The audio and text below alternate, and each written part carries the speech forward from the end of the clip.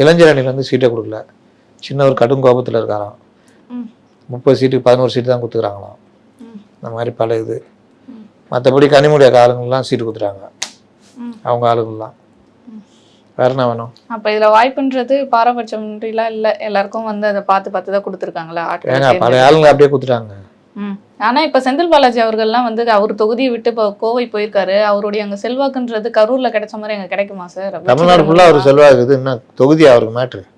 தமிழ்நாடு ஃபுல்லா அவர் செல்வாக்கு வாய்ந்து வருங்க அவரு.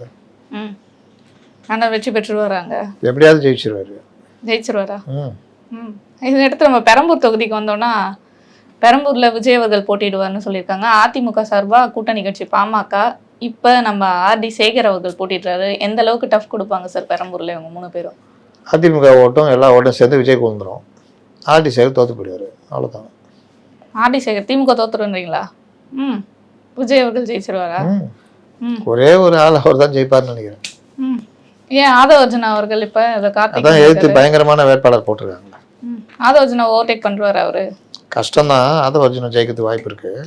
ஒர்க் பண்ணும். ஆனா 2 பணம் போகுது. இந்த இதுல காம்பாடு டொயின்னு ஒரு கப்பை இது விடுவோம், அம்பு அங்கிருந்து அவர் டொயின்னு விடுவார். அது இப்படி வரும், இது நெருப்பு கைக்கின்னு வரும், தண்ணி அனுப்பிச்சு வரும், டம்முன்னு விழுந்துரும். மறுபடியும் இன்னும் 2 அம்பு விடுவாங்க. அந்த மாதிரி 2 பேரும் அம்பு விட்டுன்னு இருக்க போறாங்க. செம்ம இது. அந்த மக்களுக்கு உண்மையிலே ஜாலிங்க, ஜாலியா மக்கள். 2 பெரும் பணம் முதலையில் மோதுனா எப்படி இருக்கும்? என்ன கொடுத்தான்?